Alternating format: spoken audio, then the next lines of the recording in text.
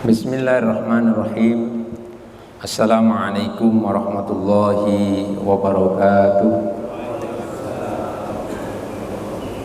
Alhamdulillahilladzi ja'alana syahrul Ramadan syahrul rahmah syahrul maghfirah wa idkum minan nar. Asyhadu an la ilaha illallah wa asyhadu anna Muhammadar Rasulullah.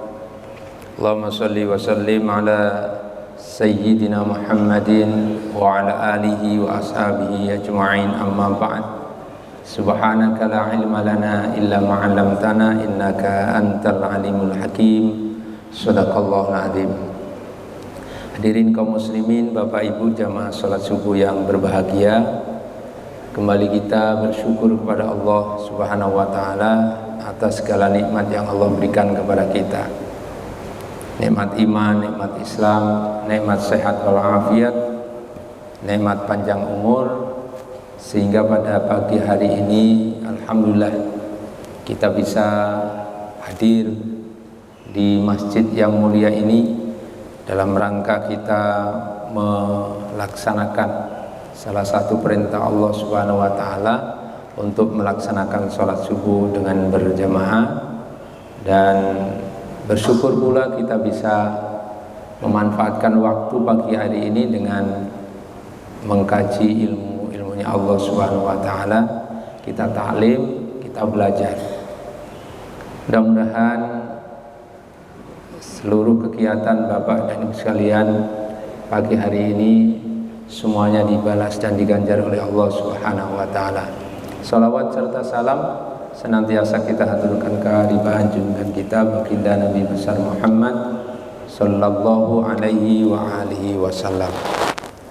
Hadirin kaum muslimin, Bapak Ibu jamaah subuh yang berbahagia, tema kita pagi hari ini adalah sekitar iktikaf.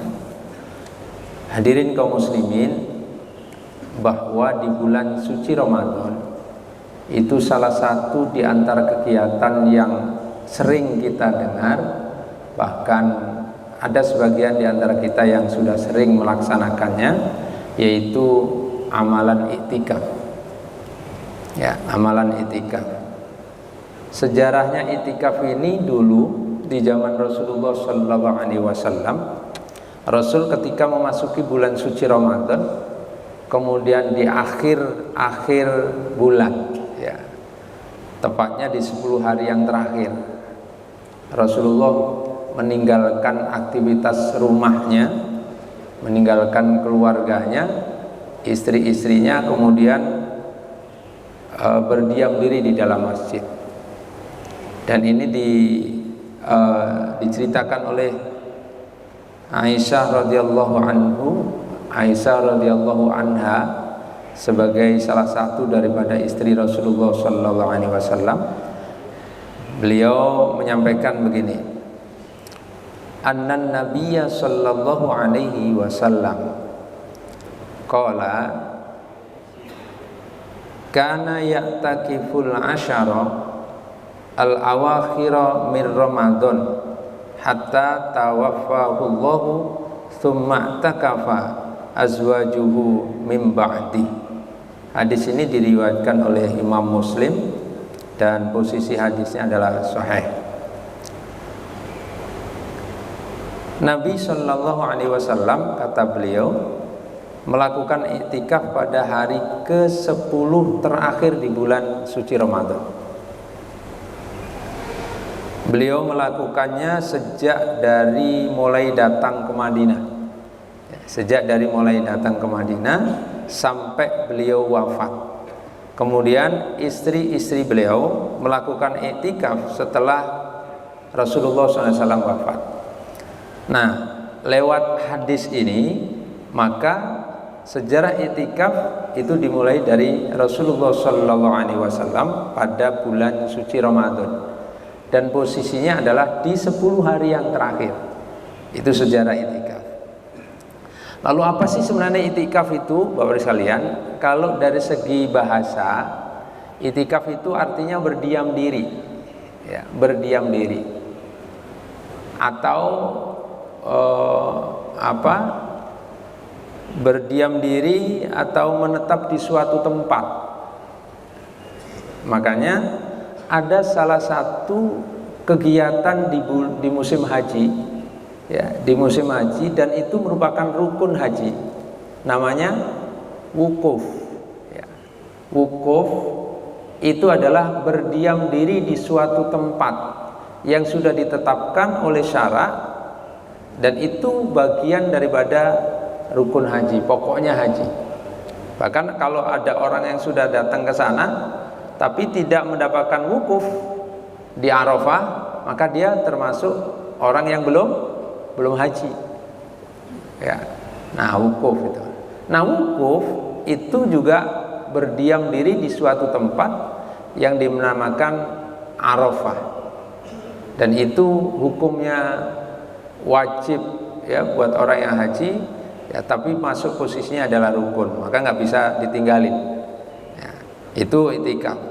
Tapi kalau itikaf yang kita maksud pada pagi hari ini, itu menurut istilah, itikaf adalah berdiam diri di suatu masjid. Jadi berdiam dirinya di masjid yang biasa digunakan untuk sholat berjamaah. Nah, seperti Asmaul Husna ya, biasa digunakan untuk sholat berjamaah. Nah, itu itikaf. Tapi kalau menurut pendapatnya Imam Syafi'i mungkin agak lebih spesifik lagi, bahkan lebih dalam. Jadi itikaf itu adalah berdiam diri di masjid dengan melakukan amalan tertentu, ya, karena mengharap ridhonya Allah Subhanahu wa taala. Jadi hadirin kaum muslimin, makna itikaf itu kalau dari segi bahasa berdiam diri di suatu tempat. Oleh karena itu, tapi kalau berdasarkan sejarahnya itikaf, maka itikaf itu harus berdiam dirinya di masjid gitu. Jadi bukan berarti kalau dari segi bahasa kan berdiam diri di suatu tempat, diam gitu aja. Nah, tapi bukan di masjid, nah itu nggak termasuk, karena contohnya adalah harus di masjid. Bahkan masjid yang digunakan untuk itikaf itu harus masjid. Ada yang mengatakan masjid jami. Masjid jami itu masjid yang digunakan untuk kegiatan sholat berjamaah, kemudian sholat Jumat, itu yang afdol. Nah, ini sudah masuk nih Asmaul Husna. Ya. Jadi kalau ada yang itikaf di mushola gimana? Bisa nggak? Bisa nggak Pak? Kalau itikafnya di mushola? Kalau menurut bahasa bisa. Kalau menurut bahasa bisa, karena itikaf itu kan berdiam diri di suatu tempat dalam rangka kita beribadah. Di mushola bisa. Tapi kalau menurut istilah dari beberapa alim ulama, kurang afdol kalau di mushola Pak. Karena mushola itu hanya digunakan untuk sholat biasa, nggak digunakan untuk Jumat misalnya. Jadi afdolnya itu cari masjid yang sudah digunakan untuk sholat berjamaah, tapi juga digunakan untuk sholat apa tadi? Jumat. Sholat Jumat itu afdol gitu ya, afdolnya. Nah, itu istilah itikaf. Ya. Kemudian berapa lama kita harus melaksanakan itikaf itu? Hadirin kaum muslimin, kalau lewat berdasarkan bahasa tadi, berdiam diri, maka itikaf itu pada saat kita diem saja itu sudah termasuk itikaf. Ya, diem di suatu masjid itu sudah termasuk itikaf, karena itikaf itu berdiam. Berapa lama kita disebut itikaf? Ya, ada sebagian ulama yang menerangkan bahwa itikaf itu sekurang-kurangnya sepanjang tumak ninah dalam sholat. Ya, tumak ninah dalam sholat itu lamanya berapa Pak? Tumak ninahnya dalam sholat itu sepanjang apa? Minimal sepanjang kita mengucapkan ucapan subhanallah. Itu tumak ninah itu sudah dapat. Jadi kalau Bapak misalnya sholatnya untuk mengejar supaya dapat tumak ninah, bahkan dalam sholat itu tumak ninah masuk rukun. Kalau sholat nggak tumak ninah kita nggak sah sholatnya. Nah, sepanjang apa tumak ninah? Sepanjang kita mengucapkan kalimat Subhanallah. Jadi sedikit sekali waktunya, ya. Itu sudah masuk itikaf. Tapi ada sebagian ulama yang lain menyatakan bahwa itikaf itu minimal 1 jam. Minimal 1 jam itu sudah disebut itikaf. Nah, kemudian maksimal 1 hari 1 malam. Berarti berapa? 24 jam. 1 hari 1 malam itu itikaf kita. Nah, yang disebut batasan waktu itu dimulai dari kapan? Dimulai dari sejak kita masuk ke dalam masjid, karena itikaf itu harus di dalam masjid, ya. Dimulai dari kita masuk ke dalam masjid, kemudian setelah di dalam masjid kita berniat untuk itikaf, ya, berniat untuk itikaf, dan setelah itu sepanjang itu pula kita berada di dalam masjid. Itu hitungan waktunya. Nah, kemudian ambil 1 jam misalnya, 1 jam. Setelah itu kita keluar itu sudah batas waktu itikafnya sudah berakhir. Batas waktu itikafnya berakhir. Gitu. Nanti saya jelaskan, kecuali keluarnya ada alasan, gitu ya. Makanya kalau kita berniat itikaf yang benar, sudah niat masuk masjid, kemudian kita tidak keluar, karena keluar nanti akan menggugurkan niat itikaf. Berarti kalau kita mau itikaf lagi, berniat lagi gitu, berniat mengulang itikaf. Nah, dulu Rasulullah Shallallahu Alaihi Wasallam itu ada satu kisah yang diceritakan bahwa ketika Rasulullah SAW itu beriktikaf di masjid, sampai untuk mengganti pakaiannya saja itu lewat jendela, gitu ya, ibarat kata lewat lubang yang bisa untuk keluar tangannya, badannya nggak keluar. Kemudian istrinya yang mengambil pakaian untuk ganti. Ya, jadi untuk menghindar keluarnya batas waktu itikaf, kemudian sampai Rasul melakukan hal seperti itu. Ya, jadi itu batas waktu itikaf. Kalau kita mau jaga niat itikaf, niat itikaf ya kita jaga nih dari mulai sejak niat masuk ke dalam masjid, niat, kemudian kita jaga waktu itikaf itu sampai akhirnya batas waktu yang menjadikan itikaf kita batal. Ya, itikaf kita batal. Lalu kapan sih itikaf itu dimulai? Kalau dari segi bahasa tadi, kapan saja boleh itikaf. Kalau dari segi tadi bahasa dan istilah tadi, Pak, kapan saja kita boleh itikaf. Masuk masjid itikaf, masuk masjid itikaf, niat itikaf. Tapi kalau dari segi sejarah itikaf, ternyata itikaf itu yang dilakukan oleh baginda Rasulullah SAW pada bulan Ramadan. Jadi itikafnya Nabi itu melakukannya setiap bulan Ramadan dan posisinya di 10 hari yang terakhir. Posisinya 10 hari yang terakhir. Itu itikaf yang dilakukan oleh baginda Rasulullah SAW. Nah, oleh karena itu banyak kalangan ulama yang mengambil pendapat bahwa iktikaf itu hanya bisa dilakukan di bulan suci Ramadan dan di 10 hari yang terakhir. Tetapi ada sebagian ulama juga yang menyatakan, oh boleh iktikaf itu kapan saja boleh. Ya, kapan saja boleh. Sepanjang kita masuk masjid, kemudian kita mau berdiam diri di masjid, lalu kita sengaja untuk beramal ibadah di dalam masjid, itu boleh berniat iktikaf gitu.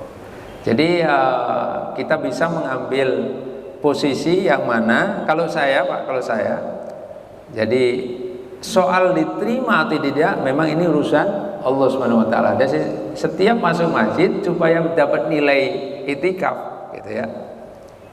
Ya, saya berniat untuk iktikaf ya, berniat untuk iktikaf di dalam masjid. Oke, tadi waktu sudah ya, tempat sudah. Tempat iktikaf adalah di masjid.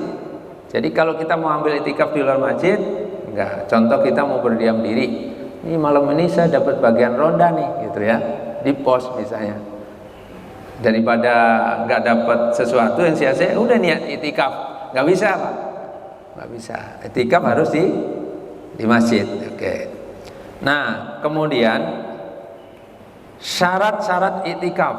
Ya, jadi iktikaf ternyata ada syaratnya. Yang pertama, orang yang berniat iktikaf harus orang yang beragama Islam. Ya, jadi ini Islam. Kalau sudah Islam boleh iktikaf di masjid. Kemudian sudah balik, ya sudah balik, Pak. Itu yang diterima syarat iktikaf. Bagaimana kalau nanti biasanya kan kalau Ramadan sebulan terakhir suka ada orang yang mengadakan iktikaf di masjid satu keluarga ya.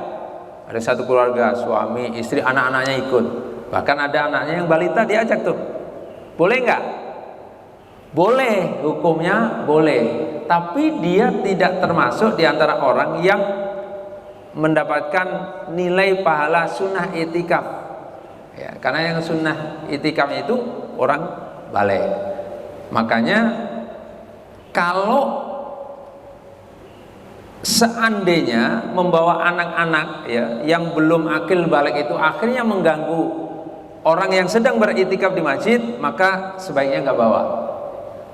Daripada membawa malah merusak, ya, merusak orang yang lain, orang lain yang berniat iktikaf malah mendapatkan dosa nanti.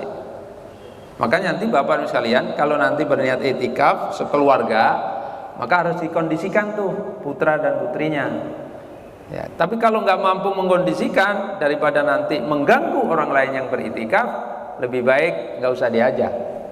Karena posisinya lebih maldorot kalau kita bawa ke masjid. Karena dia belum termasuk di antara orang yang disarankan untuk beriktikaf karena belum balik. Kemudian tadi tempatnya harus di masjid, ya, syaratnya tempatnya harus di masjid. Kemudian syarat berikutnya, kalau kita mau iktikaf harus niat. Karena innamal a'malu niat, bahwa segala sesuatu yang ada hubungan nilai ibadah itu harus diawali dengan niat. Ya, harus dengan niat. Niatnya seperti apa? Niatnya seperti ini. Nawaitul i'tikafa fi hadzal masjid lillahi ta'ala. Itu apa? Gampang, yang gampangnya aja. Nah, tapi yang biasa itu ulama sampaikan itu nawaitu an a'takifa fi hadzal masjid ma dumtu fihi. Yang maknanya aku berniat untuk melaksanakan iktikaf di dalam masjid ini, di masjid ini dan berada di dalamnya. Nah, kira-kira dua niat tadi Pak, gampangan yang mana nih? Niat tadi gampangan mana? Yang pertama apa yang kedua? Yang pertama ya. Yang pertama gampang. Nawaitul i'tikafa fi hadzal masjid lillahi ta'ala. Itu gampang. Ya. Tapi kalau nggak bisa pakai bahasa itu misalnya, susah nih Ustaz, saya kurang nih. Pakai bahasa Indonesia boleh. Aku niat iktikaf di dalam masjid ini karena Allah Subhanahu wa taala. Nah, ketika kita sudah berniat iktikaf, maka saat itu berlakulah syarat-syarat iktikaf tadi. Bahkan berlaku rukun iktikaf. Ya, berlaku rukun iktikaf. Apa rukunnya? Pertama niat, yang kedua berdiam diri di dalam masjid. Makna berdiam diri itu apa? Kalau yang namanya sudah niat iktikaf, kita nggak boleh ngobrol, nggak boleh bercanda di dalam masjid gitu. Nah ini yang selama ini kan ada yang salah kaprah itu, banyak orang yang ikut iktikaf, tapi justru di dalam masjid itu bukan iktikaf, tapi apa? Ngobrol ya, bahkan ngobrol tentang bisnis, ngobrol tentang ini di dalam masjid. Nah ini yang menggugurkan nilai-nilai iktikaf sebenarnya. Makanya Bapak Ibu sekalian, kalau sudah berniat iktikaf, maka niatkan iktikaf di dalam masjid itu ya diam.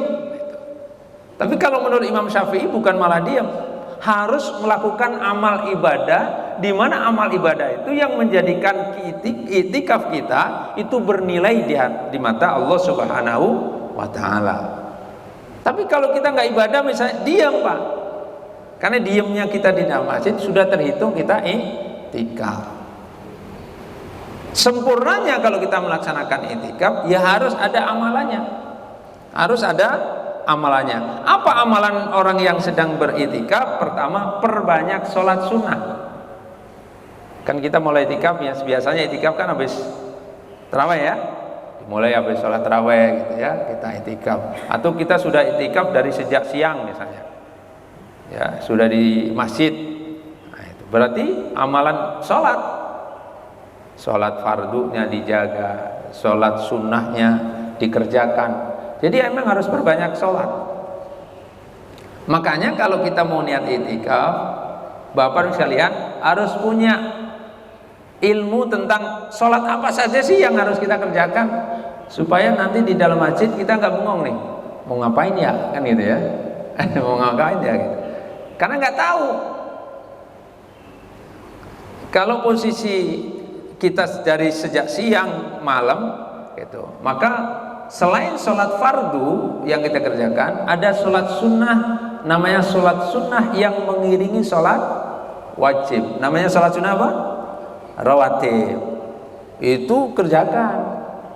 Nah, satu, bahkan sholat sunnah yang mengiringi sholat wajib, namanya sholat sunnah rawatib, itu adalah sholat sunnah yang paling afdol di antara sholat sunnah yang lain. Makanya Bapak sekalian, kalau kita mau kerjain sholat sunnah tarawih itu kalau bisa kerjakan sholat sunnah ba'diyah isyaknya dulu, karena lebih utama sholat ba'diyah isya daripada sholat tarawihnya. Nah ini kan banyak di antara jamaah kemudian dia nggak sholat ba'diyah isya, cuma nunggu sholat tarawihnya aja kan, ya ada yang begitu. Padahal di antara sholat tarawih dengan sholat ba'diyah isya posisi sama, sholat itu sunnah, tapi keutamaannya lebih utama sholat ba'diyah isya. Masa yang utama ditinggalin ngejar yang nggak utama misalnya? Makanya ba'diyah isya dulu, karena sholat yang mengiringi sholat wajib itu lebih utama dibanding sholat yang tidak satu paket dengan sholat wajib ya, tidak satu paket. Nah oleh karena itu hadirin kaum muslimin, kalau kita sedang beritikaf berarti kita bisa dapatkan sholat sunnah rawatib, antara qobliyah dapat, ba'diyah juga bisa kita kerjakan. Yang kedua, sholat sunnah apa? Ya, sholat sunnah yang tidak ada hubungan dengan sholat fardu misalnya. Kalau pagi hari ya seperti ini nanti misalnya ada sholat isyraq, ya sholat isyraq nanti ada. Kemudian lanjutan agak siang sini sholat duha. Karena biasa kita kerjakan sholat duha 4 rakaat misalnya ya, kalau di hari-hari yang lain sedang iktikaf kan jumlahnya harus diperbanyak, maka kita ambil yang paling banyak. Berapa paling banyak sholat duha? 12 rakaat. Nah kita ambil tuh 12 rakaat. Kenapa? Karena sedang iktikaf itu harus banyak sholatnya, jumlah sholatnya harus banyak, makanya perbanyak sholat yang lain, sholat sunnah. Maka keuntungan orang itikaf itu salah satunya bisa mengerjakan semua sholat, baik fardu maupun sunnah, bahkan mengambil posisi yang afdol. Sholat fardunya afdol, kita bisa berjamaah. Nah kemudian sholat sunnah apa lagi itu? Sholat sunnah tahajud. Kalau tarawih otomatis ya, kalau itu kan ini puasa, tarawih. Sholat habis itu sholat witir, habis itu ada sholat malam bisa kita kerjakan sholat tahajud, ada sholat sunnah taubat ya. Ini kalau bisa baru sekalian jam 3 kalau sudah bangun, kemudian ambil air wudhu, lalu kita sholat sunnah taubat dulu sebelum sholat tahajud, sholat sunnah taubat. Karena posisi di bulan suci Ramadan ini harus banyak bersih-bersih diri lewat pertobatan ya, sholat sunnah taubat. Habis itu sholat tahajud, atau sebelum tahajud antara taubat dengan tahajud sholat hajat. Kalau banyak waktu sholat taubat, sholat hajat gitu ya, kemudian sholat tahajud. Selesai sholat tahajud sudah, kalau dimulai jam 3 sampai jam 4 1 jam dapat dapat semua tadi Pak. Nah setelah itu baru zikir tuh, perbanyak zikir. Nah amalan berikutnya adalah perbanyak berzikir kepada Allah Subhanahu wa taala kalau kita sedang i'tikaf. Ya, jadi malam itu makanya kata Rasulullah SAW, salah satu di antara keunggulan kegiatan amalan di bulan suci Ramadan adalah qiyam. Qiyam, Mbak, ya. Sampai Rasul mengeluarkan sebuah hadis sahih, ya. Hadis utama, man qama ramadanan imanan wa ihtisaban ghufira lahu ma taqaddama min dzambi. Barang siapa yang qiyam, ya, malam harinya, man qama ramadanan, barang siapa yang menegakkan salat. Qiyam itu menegakkan salat, memperbanyak salat, dan posisi qiyam di situ adalah salat sunnah. Ya, salat sunnah. Man qama ramadanan, di bulan suci Ramadan, man qama ramadanan imanan wa ihtisaban, dengan penuh keimanan, ya, dengan penuh keimanan. Dan ini mengerjakannya itu dasarnya iman. Ya, orang yang sholat yang dilandasi iman, Pak, itu nggak pernah ada kata mengeluh, nggak ada. Ya, apapun kondisinya, bentuk sholatnya, dia pasti seneng. Ya, pasti seneng. Contoh, kita sholat taraweh nih, Pak, sholat taraweh.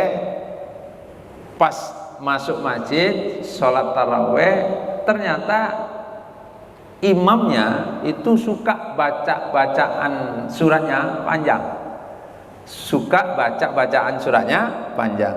Sementara kita itu nggak biasa ikut taraweh yang bacaan suratnya panjang. Nah, baru rakaat pertama, kedua masih asik tuh, rakaat berikutnya, rakaat ketiga, keempat masih asik, rakaat berikutnya masih asik. Lama kelamaan dia sudah mulai, aduh, kalau begini mah saya nggak sanggup nih kalau begini. Nah, itu sudah ada keluhan tuh. Nah, kalau sudah mulai ada keluhan, maka landasan sholat dia itu bukan karena iman, berarti imannya sudah mulai kendor.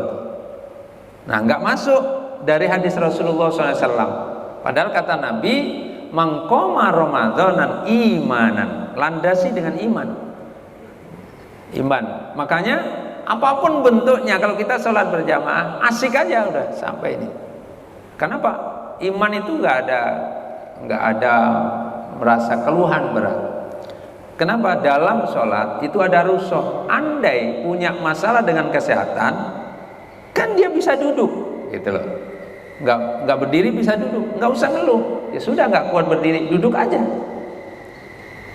Nggak bisa duduk, ya sudah dengan berbaring kan gitu, Pak. Selalu ada rusuh, gitu. Tapi banyak di antara kita yang kekurang sabarannya dalam ibadah, itu kemudian sering ada ucapan yang keluar dari hati, kemudian lewat lisan kita, lalu mengeluh. Nah, mengeluh itu bagian daripada putus asa. Di dalam Al-Quran, Allah Subhanahu wa Ta'ala melarang orang yang putus asa. Mengeluh adalah bagian daripada putus asa. Kata Allah Subhanahu wa Ta'ala, wala tai'asu mir rauhillahi, dan janganlah kalian berputus asa dari rahmat Allah Subhanahu wa Ta'ala. Maka mulai diperbaiki ini, sholat kencengin iman kita, ya. Dan kalau sholat semata-mata karena Allah, maka apapun bentuknya itu semakin indah sholatnya. Nah, makanya Rasulullah kan mencontohkan, Nabi itu pernah sholat saking asik dan indahnya, ya, berdialog langsung dengan Robnya, itu lamanya minta ampun. Saking lamanya, Pak, saking lamanya, sampai ada sahabat yang ngikutin nggak sanggup, ya, nggak sanggup sholat malam. Nah, posisi Rasulullah saat itu adalah sholat qiyamul lail. Rakaat pertama dia baca surat Al-Baqarah sampai habis. Rakaat pertama Al-Baqarah sampai habis. Habis itu rakaat kedua Ali Imran sampai habis. Itu. Nah, Nabi mengerjakan itu karena posisinya Rasulullah aja sholat sendiri, bukan dengan berjamaah. Tapi kalau Nabi dengan berjamaah, itu sholatnya tidak pernah memanjangkan waktu sholat. Apalagi kalau dilihat jamaah di belakang itu kayaknya ini rata-rata pensiunan misalnya gitu ya. Pensiunan. Nah, maka Nabi juga nggak memperpanjang sholatnya, bacaannya standar ya, paling panjang itu 10 ayat ya, 10 ayat. Nah, itu yang dilakukan oleh baginda Rasulullah Sallallahu Alaihi Wasallam. Jadi perbanyak sholat. Jadi nanti pada sekalian, sholatnya berdasarkan iman. Yang kedua, wahtisaban. Wahtisaban itu sholat kita, sholat sunnah Pak, itu termasuk diantara waktu untuk introspeksi diri, menghisap ya, menghisap diri, dosa kita, kekurangan bagus atau enggak sholat kita, terus bagaimana sholat kita sekarang dibanding sholat Ramadan yang lalu. Itu menghisap Pak, supaya ada kebaikan. Nah, tapi kalau sholat kita itu adalah menghisap kegiatan yang di luar, nah yang sering kan menghisap kegiatan di luar ya, ingat yang di kantor, ingat yang di rumah gitu ya, ingat. Nah itu bukan wahtisaban namanya. Jadi syarat dua tadi kita penuhin, mangqama ramadanan imanan wahtisaban, maka Allah akan ghufira lahu ma taqaddama min dambi. Nah, oleh karena itu di waktu itikaf, kalau Bapak sekalian melaksanakan itikaf, ini bisa dapat Pak, bisa mempraktekkan ini sholat qiyam, sholat malam. Ada sholat taraweh, ada sholat tahajud, sholat taubat, sholat hajat, gitu ya. Sholat witir. Nah, sholat witir yaitu sholat yang jumlahnya ganjil ya. Witir itu kan ganjil. Nah, witir ganjil. Pertama yang disebut ganjil itu kalau Bapak sholatnya 1 rakaat tuh. Seminimal-minimalnya sholat witir adalah 1 rakaat. Mau tambah yang agak banyak berarti 3 rakaat Pak. Langsung 3 rakaat itu witir. Tapi kalau kita sholat 2 rakaat dulu baru ditambah 1, kan ada tuh. Kalau di sini 21 atau 3 langsung? Hah? 3 langsung ya, alhamdulillah. Ya, kalau ada yang di masjid-masjid yang masih suka kan 2 dulu baru 1, maka yang disebut witir yang mana? Yang 1, yang 2-nya apa? Hah? Yang 2-nya sholat apa? Bukan witir. Jadi kalau dia yang 2 itu berniat witir, maka dia salah niat. Ya, salah niat. Jadi boleh nggak 2 terus 1? Boleh, tapi yang 2 jangan berniat sholat witir. Sholat apa? Terserah, sholat sunnah mutlak kayak, sholat sunnah apa gitu, boleh. Itu. Nih misalnya kalau Bapak pas di masjid, dia mengadakan di masjidnya, nah, 2 dulu baru 1, maka jangan berniat, yang 2 jangan berniat witir. Sebab kalau kita niat witir, nggak nyambung. Ngomong witir kok tahu-tahu 2 gitu loh. Witir itu kan ganjil Pak ya. Tahu-tahu sholatnya 2. Maka jadi kalau mau ambil witir 1 ya seminimal-minimalnya, langsung 3. Lebih dari 3 ada nggak? Ada ya? Ada. Nabi pernah melaksanakan witir 5 rakaat 1 salam. 5 rakaat 1 salam. Jadi kalau masa mau witir langsung 5 1 salam Pak, itu namanya witir juga. Tapi kalau kemudian 5 dibagi-bagi, 2 rakaat salam, 2 rakaat salam terus 1 gitu ya, atau 2 rakaat salam langsung 3 1 salam, maka yang 2-nya jangan berniat witir, boleh niat yang lain, niat sholat sunnah yang lain. Nah witir itu menutup kegiatan sholat malam sebenarnya itu. Tapi boleh nggak witir di awal? Kayak kita ini biasanya habis sholat taraweh kan langsung witir. Boleh ya, tapi afdolnya itu di akhir. Afdolnya di akhir. Makanya Bapak sekalian, di 10 hari yang terakhir, baik di Madinatul Munawwarah di Masjid Nabi maupun di Makkatul Mukarramah Masjidil Haram Pak, itu kalau 10 hari yang terakhir itu sholat awalnya cuma taraweh, witirnya enggak, witirnya nanti. Itu witirnya nanti. Jadi sholat tarawehnya 20 rakaat di Masjidil Haram itu 20 rakaat yang dia pakai. Nah setelah 20 rakaat sudah istirahat. Ada yang melanjutkan berbukanya gitu. Ada yang kemudian istirahat sebentar. Nanti mulai jam 2 itu baru mulai sholat lagi. Berapa sholatnya? 11 rakaat langsung. Nah 11 rakaat. Berarti 10 hari yang terakhir di Madinah maupun di Masjidil Haram itu sholatnya 30 berapa? 31. Dan itu bukan makin berkurang jamaahnya, tapi makin penuh, makin padat. Ya. Makin padat. Kemarin rombongan jamaah umroh saya itu baru pulang. Baru pulang dari umroh ya. Karena dia mengambil paket umroh Sa'ban akhir, tapi dapat 2 hari Ramadan di sana, Pak. Dia menyaksikan, Ustaz, jangankan 10 hari yang terakhir, ini baru mau masuk awal saja udah susah masuk Masjidil Haram, udah sulit. Gimana nanti 10 hari yang terakhir? Gitu. Nah, semakin padat itu animo masyarakat ya, umat Islam untuk melaksanakan ibadah di sana memang luar biasa. Baik di Madinah maupun di Mekah. Semakin hari semakin banyak amalannya, tapi semakin semangat orang-orangnya. Karena orang yang sudah berniat ke sana, landasannya adalah iman. Makanya baru sekalian, kalau kita dari rumah mau menuju ke masjid, kalau landasannya iman, maka tidak pernah ada alasan ini hujan, ini panas, kemudian agak lama atau sebentar, gitu. Ibadahnya mah asik aja, gitu. Jumlahnya banyak nggak masalah, gitu. Oke. Nah, kemudian selain sholat sunnah, apa yang dikerjakan orang yang sedang itikaf? Banyak membaca Al-Quran kegiatannya, Pak. Banyak baca Quran. Karena Ramadan ini adalah bulan Al-Quran, maka identitas Ramadan itu harus ada banyak suara Quran.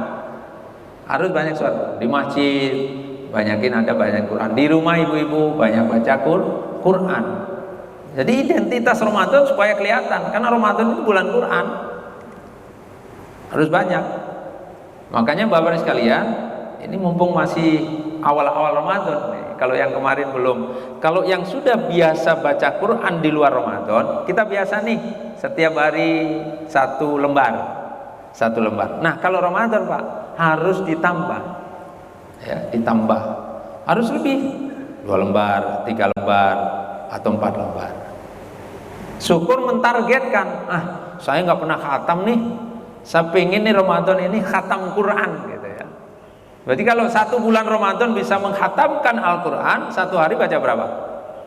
1 juz gitu. Nah 1 juz pas 1 bulan nih 30 pas kita khatam, Pak. Dan kalau bisa khatamnya sebelum sholat id.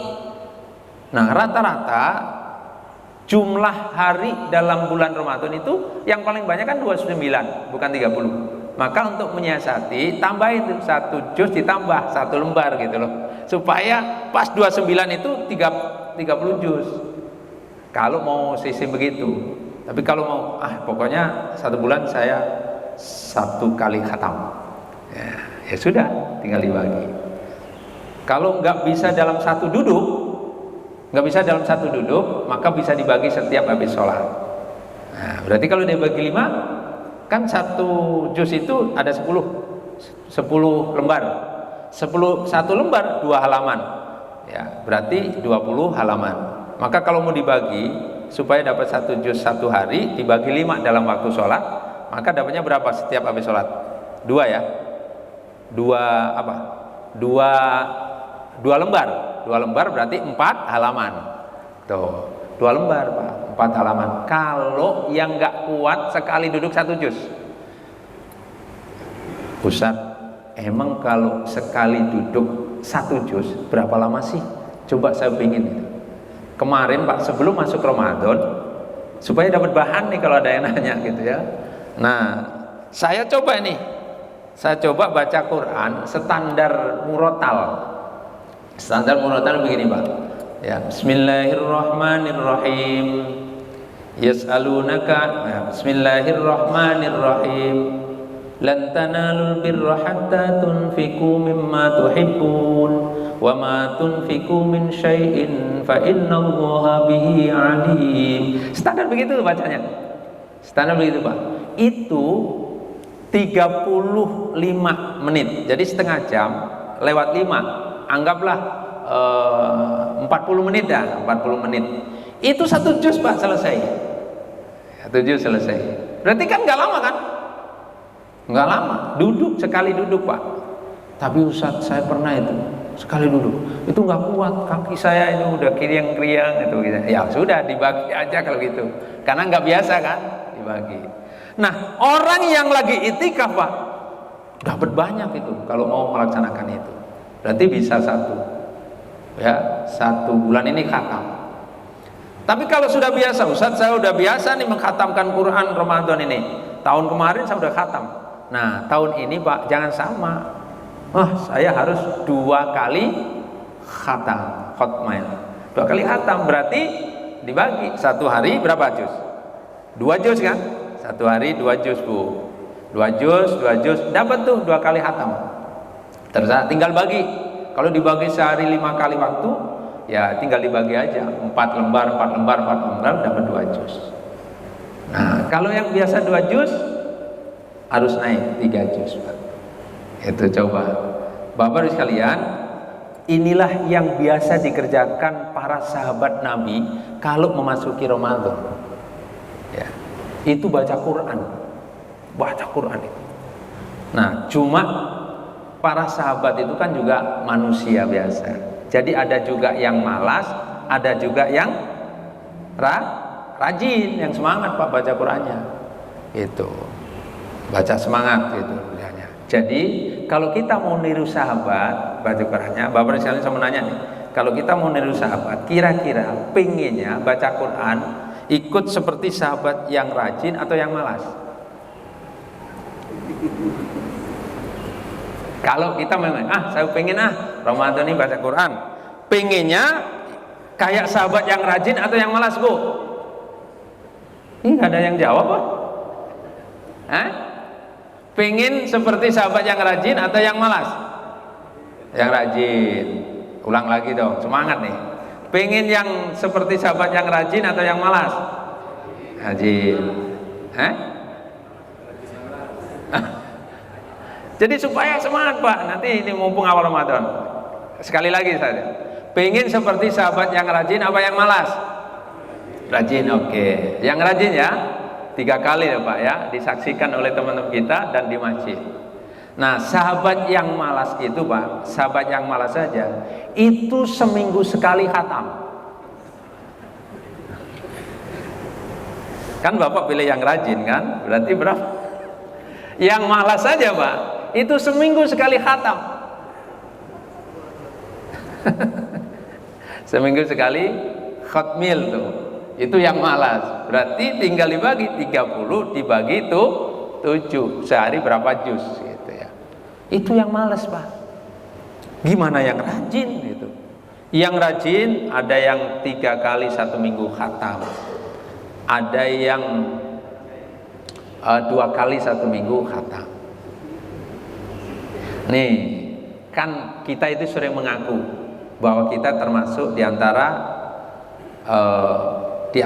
pengikut Imam siapa? Imam Syafi'i kan? Kita ini kan di Indonesia itu banyak mengaku bahwa kita itu bermadzhab Syafi'i atau pengikut Imam Syafi'i. Selama bulan suci Ramadan, Imam Syafi'i kalau pengen ngikutin Imam Syafi'i itu, Pak, Imam Syafi'i setiap hari menghatamkan 2. Sok-sokan banget pengikut Imam Syafi'i gitu ya. Tapi Imam Syafi'i setiap Ramadan menghatamkan 2 kali, Pak. 2 kali khatam. Ada ibu-ibu, Ustaz, kayaknya nggak masuk akal 2 kali khatam. Ya, itu nggak ngapa-ngapain. Nggak ngapa-ngapain gimana? Tetap aktivitasnya ngajar, ibadah, yang lain dilakukan, nulis kitab. Itu Imam Syafi'i. Tapi baca Qur'annya sehari 2 kali khatam. Tuh. Kalau masuk akal nggak? Kalau tadi dicoba dengan bacaan yang seperti saya tadi, itu satu hari khatam nggak? Satu hari enggak. Setengah hari khatam nggak kayak tadi? Kan satu juz berapa tadi? 35 atau 40. Berarti 40 kali 30 berapa? 120 jam. 120 jam. Nggak sampai dibagi dua kan? Kan 40 kali 40 menit Pak, bukan 40 jam. 40 menit kali 30 juz. Berarti berapa jam? Nggak sampai setengah hari namanya, 12 jam. Nggak sampai 12 jam.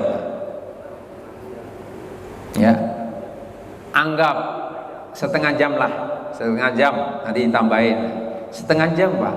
Berarti kalau 1 jam dapat 2 juz kan? 1 jam dapat 2 juz. Kalau yang seperti bacaan saya tadi, 1 jam dapat 2 juz. Berarti kalau 30 butuh 15 jam. Ya, butuh 15 jam. Imam Syafi'i bacanya bukan seperti saya tadi Pak. Kenapa? Beliau hafal. Orang hafal bacanya lebih sedikit jumlah waktunya, nggak sampai setengah jam.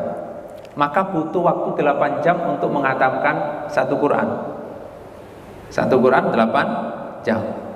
Berarti kalau 8 jam, bisa nggak 24 jam waktu satu hari satu malam dapat 2 kali hatam? Bisa kan? Kan 8 kali 2 berapa? 16. Sementara satu hari satu malam 24 jam. Wah, berarti masuk bisa. Dan ini sudah dibuktikan oleh teman-teman kita yang ada di Jawa Timur.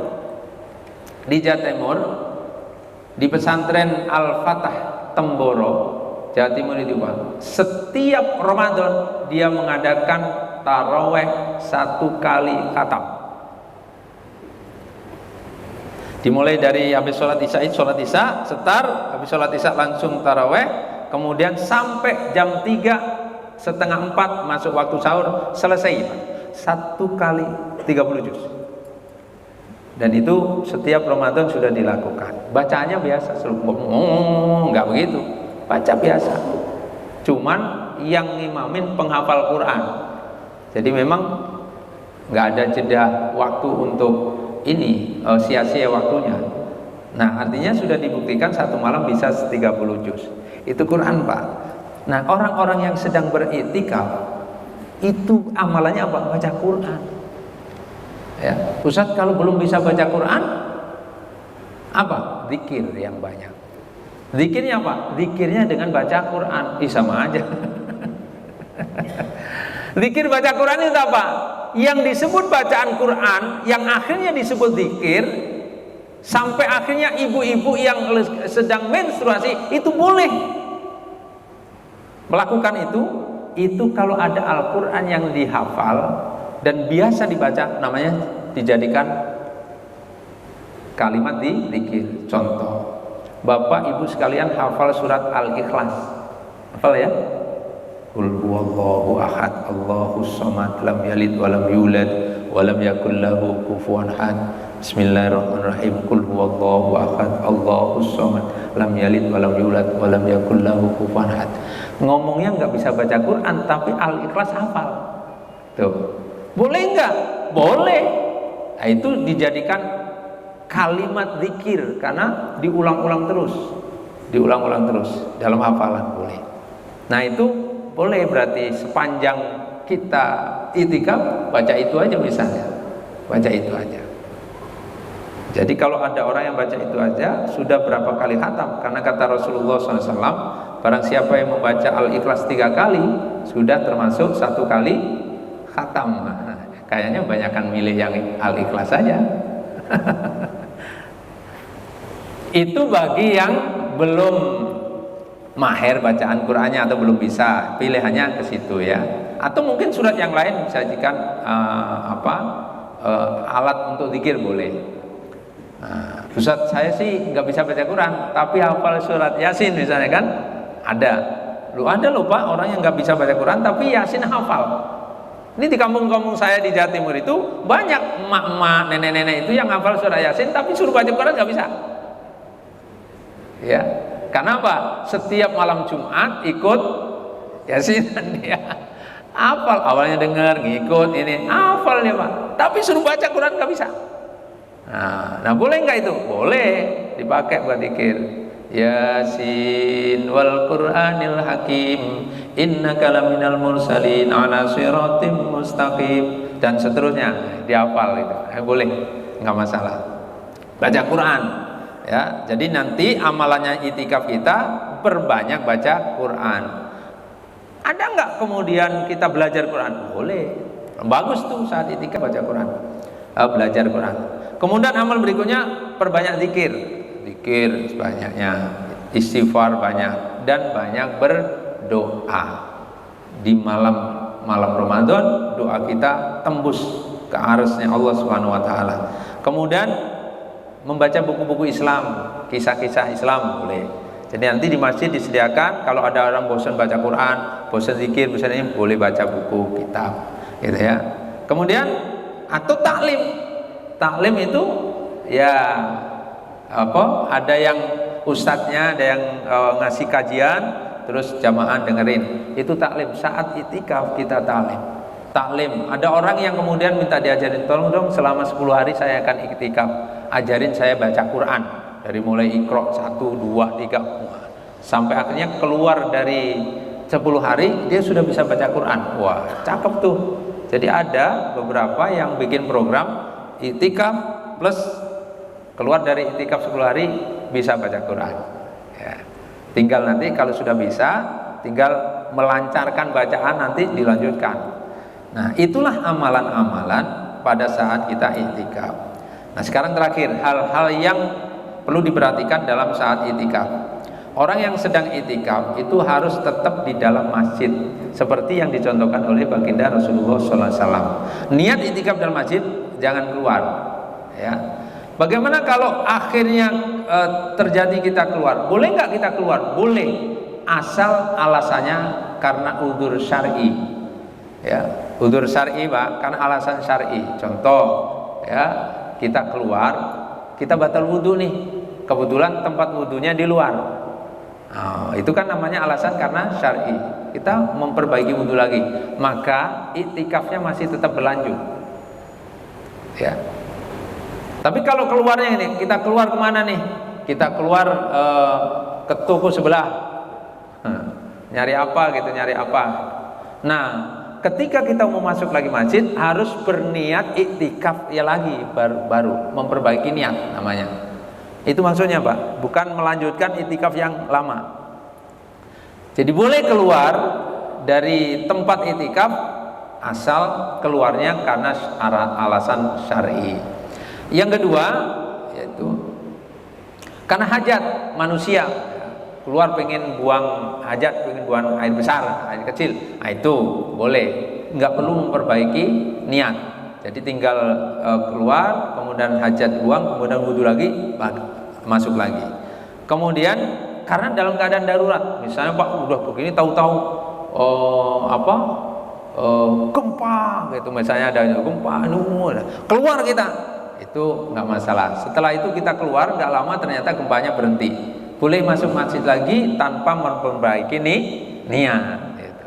Nah, itu alasan 3 tadi yang memperbolehkan kita keluar tanpa menggugurkan niat yang pertama. Nah, itu hal-hal yang perlu diperhatikan saat kita iktikaf. Kemudian yang terakhir tadi syarat kurang 1, syaratnya adalah jangan kita punya hadas besar. Jadi misalnya kalau ada wanita yang sedang menstruasi, hadas besar ya, itu nggak boleh untuk melaksanakan iktikaf sampai dia suci dari hadas besarnya. Tapi kalau orang yang sedang nggak punya wudhu, boleh nggak iktikaf? Boleh. Ya, misalnya kita nggak batal wudhu, malas ya wudhu, kita tetap iktikaf, nggak masalah Pak. Ya, nggak masalah itu. Tapi yang afdol adalah kita punya wudhu kalau kita sedang iktikaf. Nah, inilah hadirin kaum muslimin tentang amalan sekitar iktikaf yang nanti insya Allah Bapak Ibu sekalian tahun ini bulan Ramadan memasuki, itu adalah bagian daripada amalan-amalan dalam bulan suci Ramadan, yaitu iktikaf. Jadi nanti kalau kita mau melaksanakan iktikaf, sudah tahu nih ilmunya, ya, landasannya sudah tahu bagaimana kita iktikaf yang benar. Nanti mudah-mudahan pada saat iktikaf juga akan dikaji tuh tentang iktikaf, saling tanya supaya semakin bagus amalan ibadah kita saat iktikaf. Ini yang bisa kita sampaikan baru sekalian. Sebelum saya tutup doa, barangkali ada yang mau nanya, silakan. Kebetulan hari ini nggak ada kegiatan minum ya, jadi langsung tanya aja. Ya, Mas Ki. Assalamualaikum warahmatullahi wabarakatuh. Waalaikumsalam. Nah, berkaitan dengan aktivitas iktikaf tadi, ada yang ingin kita dengarkan penjelasan dulu. Pertama, wabil khusus kepada saudara-saudara kita yang tidak paham itu bisa baca Quran tadi. Nah, maka ada alternatif lain sebenarnya yang bisa dipertimbangkan oleh saudara kita yang bisa baca Quran. Tetap baca Quran, tapi baca terjemahannya. Karena di situ mereka bisa memahami makna Quran itu. Itu satu pemikiran itu kita bacakan. Jadi dia baca Al-Quran nggak bisa, tapi terjemahannya dia baca tafsir gitu. Itu yang pertama. Yang kedua, ini ada dua cara pandang tentang baca Quran. Pertama kejar tayang, kemudian kejar paham. Nah, yang kejar tayang tadi ya berarti satu malam satu juz bagaimana ya kita tuntaskan. Tapi aku pikir 10 ayat yang saya baca, tapi saya baca paham semuanya itu menurut sebagian orang itu lebih baik daripada kejar tayang. Nah, mohon penjelasan. Ya. Oke, yang pertama saat kita sedang beriktikaf, bagi saudara-saudara kita yang masih belum bisa baca Quran, bagaimana, ada nggak alternatif yang lain? Ada amalan kita bisa baca buku ya, buku-buku Islami. Salah satunya adalah kita bisa membaca Al-Quran terjemah tadi. Tapi kita baca terjemahnya supaya minimal kita tahu, oh ternyata di dalam Al-Quran itu ada petunjuk seperti ini. Nah, itu paham. Nah, satu. Tapi dia termasuk orang yang bukan membaca Al-Quran. Itu ya. Jadi harus bedakan. Dia bukan termasuk orang yang sedang membaca Al-Quran. Karena nanti beda Pak. Karena Rasul pernah menyampaikan begini, Iqra'ul Quran fa inna ya'ti yaumal qiyamati syafi'an min ashabi. Bacalah olehmu Al-Quran, karena Al-Quran itu nanti akan menjadi syafaat penolong di hari kiamat ya, min ashabi, bagi orang yang baca. Nah, dia termasuk bukan orang yang masuk dalam hadis tadi. Nah, karena yang Iqra'ul Quran itu adalah orang yang baca Quran benar, Quran huruf per huruf. Karena nilai huruf itu akan ada nilainya, bahwa satu huruf akan bernilai 10 kebaikan. Maka harus baca. Nah, oleh karena itu bagi bapak misalnya yang belum bisa baca, sayang kalau nggak dapat nilai yang tadi. Maka yang paling bagus berusaha belajar membaca. Ya. Berusaha membaca, belajar membaca. Kenapa? Karena Al-Quran itu tidak mengenal usia. Bahkan jangan malu kalau usia kita sudah lanjut. Kenapa? Lu sahabat Nabi itu mengenal Quran kan usianya udah sepuh semuanya. Abu Bakar sudah sepuh, ya, sudah tua baru mengenal Al-Quran. Di ajaran Nabi, dikasih tahu Nabi gitu. Nah, ada kalangan orang tua, anak remaja, Sayyidina Ali termasuk itu yang remaja. Jadi sebaiknya tetap itu. Tapi kalau sebagai bentuk alternatif bisa baca terjemah Al-Quran boleh. Tapi fungsinya sama seperti kita baca kitab-kitab yang berbau Islami. Itu. Nah, itu dapat ilmu, minimal dapat ilmu. Tapi bahayanya kalau hanya membaca terjemah, nanti kalau ketemu ayat-ayat yang sifatnya perlu penafsiran, ya itu bahaya kalau nanti diamalkan tanpa harus ada gurunya. Nah, itu yang saran ya, yang paling bagus itu. Di dalam yang kedua, di dalam mengenai Al-Quran Pak, itu ada yang disebut qiraah, ada yang disebut tilawah, ya, ada qiraah, ada tilawah. Kemudian berikutnya adalah merenungkan isi kandungan Al-Quran, tadabbur namanya, tadabbur. Nah, sekarang posisi kita ada di mana? Mau qiraah. Jadi kalau ada di antara orang-orang yang mengejar tadi jam tayang, jumlah banyak, itu gimana? Tetap ada nilai.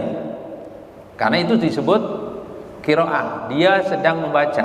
Dan kata Rasulullah SAW, barang siapa yang membaca Al-Quran, maka satu huruf, meskipun dia nggak paham Pak, nggak paham nih, bahasanya nggak ngerti, satu huruf itu bernilai 10 kebaikan. Berarti kalau kita baca Alif Lam Mim, dapat berapa? 3. Maka boleh nggak kita mentargetkan jumlah banyak? Ya boleh, berdasarkan tadi landasan tadi. Jadi tetap ada nilai. Nah, ada nilai. Namanya qiraah, kita membaca Al-Quran. Ya. Kemudian di dalam istilah qiraat ada tadarrus, ada tilawah. Ya, ada tadarrus, ada tilawah. Tadarrus adalah orang yang sedang membaca Al-Quran, tapi kemudian ada teman yang menyimak. Itu tadarrus. Makanya biasa di masjid-masjid kalau Ramadan kan ada tadarrus Pak. Yang disebut tadarrus itu minimal ada 2 orang, satu baca, satu menyimak, atau lebih dari 2 orang yang lain menyimak. Nah, kisah ceritanya dulu di zaman Rasulullah, setiap bulan Ramadan malaikat Jibril turun Pak, nemenin Nabi untuk murojaah Al-Quran. Nabi yang membaca hafalan Qurannya, kemudian Jibril menyimak. Barangkali ada yang salah, penempatan ayat, penempatan surat, itu diingatkan sama Jibril. Tuh ya, itu tadarus. Yang kedua, ada di antara kita yang kemudian punya target sendiri di rumah, nggak ikut di masjid, punya target sendiri di rumah, baca Quran sendiri, ya, pengen dapat target. Namanya tilawah. Jadi kita boleh ambil posisi qiraah dengan cara tadarrus, dengan cara tilawah. Dan ketiga-tiganya itu masuk dalam qiraah punya nilai. Makanya boleh nggak kita banyak-banyakan? Boleh, bahkan didorong. Ya, didorong oleh Nabi. Di zaman Rasulullah sahabat itu banyak-banyakan Pak. Cuma hebatnya sahabat dengan kita, kalau sahabat meskipun banyak dia juga paham gitu, karena bahasa dia. Tapi kita kalau toh nggak paham tetap dapat nilai, karena kata Rasulullah SAW, bahkan ada 2 hadis yang dikeluarkan. Ya, Iqra'ul Quran fa inna ya'ti yaumal qiyamati syafi'an min ashab. Iqra' di situ baca. Ya. Terus yang kedua, khairukum man ta'allamal Quran wa 'allamahu. Itu juga baca. Sebaik-baik kamu adalah orang yang belajar Al-Quran. Kalau kita belum bisa baca, belajar. Yang kedua, kalau sudah bisa baca, ngajarin kan gitu ya. Dua-duanya itu termasuk terbaik. Maka boleh nggak kita baca Al-Quran dengan apa tadi? Dengan target jumlah banyak ya. Boleh. Bahkan itu didorong, masih lebih bagus. Tapi ada nggak yang lebih bagus dari itu? Ada, ketika kita mau tadabbur Al-Quran. Bagaimana tadabbur Al-Quran? Ya kita baca ayat 1, kemudian kita pahami maknanya. Kita baca ayat 1 lagi, kita pahami maknanya. Itu lebih bagus daripada yang cuma sekedar membaca Al-Quran. Mungkin yang tadabbur tadi nggak banyak, 1 lembar dia dapat, nggak banyak Pak. Tapi dari 1 lembar itu paham, bahkan pahamnya kemudian diamalkan, itu lebih baik. Nah, tinggal kita pilih mau ambil yang mana. Oh, Ramadan, saya juga mau tilawah aja, jumlah banyak dapat nilai. Saya juga sembari tilawah nanti ada juga yang saya pakai tadabbur untuk supaya paham. Nah, itu ya Pak. Jadi ada 2 ya, yang bisa kita lakukan. Jadi kalau posisi kita nggak bisa baca, itu yang paling bagus berusaha bisa membaca supaya dapat bagian dari yang disebut oleh Nabi dalam sebuah hadis tadi, ya, supaya Quran dapat jadi syafaat kita. Nah, kalau kita hanya mempelajari maknanya aja, kita nggak bisa baca Quran namanya. Nah, itu rugi kita salah satu. Maka berusaha bisa membaca Al-Quran. Ada lagi? Cukup? Kalau cukup, kita tutup doa. Mudah-mudahan apa yang kita pelajari pada pagi hari ini punya nilai manfaat buat diri kita, buat keluarga kita, buat orang-orang yang ada di sekitar kita, terutama pada saat Bapak dan sekalian mau berniat untuk melaksanakan i'tikaf, gitu ya, i'tikaf. Tadi ada sedikit sebenarnya manfaat i'tikaf, salah satunya diantaranya adalah di 10 hari yang terakhir itu indikator untuk dapat Lailatul Qadarnya lebih besar. Nah, itu manfaat. Maka 10 yang terakhir kita iktikaf dalam rangka untuk mendapatkan malam Lailatul Qadar. Yang kedua, kita orang yang sedang iktikaf itu orang yang sedang menunggu waktu sholat. itu dapat nilai yang paling besar karena saat itu adalah menunggu waktu sholat. Kata Rasulullah SAW, kerjaan yang paling mulia di muka bumi ini adalah pekerjaan saat menunggu waktu sholat. Maka kalau Bapak sekalian bekerja di luar, dagang atau kerja, itu niatkan saya dagang sedang menunggu waktu sholat.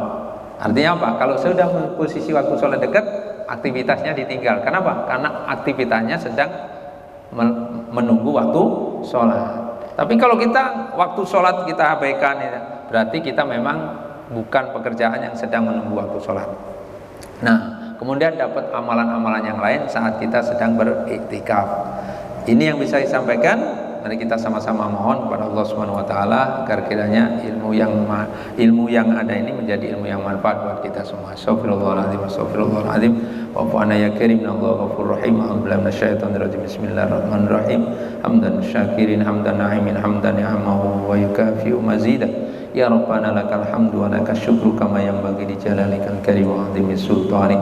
Allahumma rabbana ighfir lana wa liwalidina warhamhuma kama rabbayana shighara wa li jami'il muslimina wal muslimat wal mu'minina wal mu'minat al ahya'i minhum wal amwat.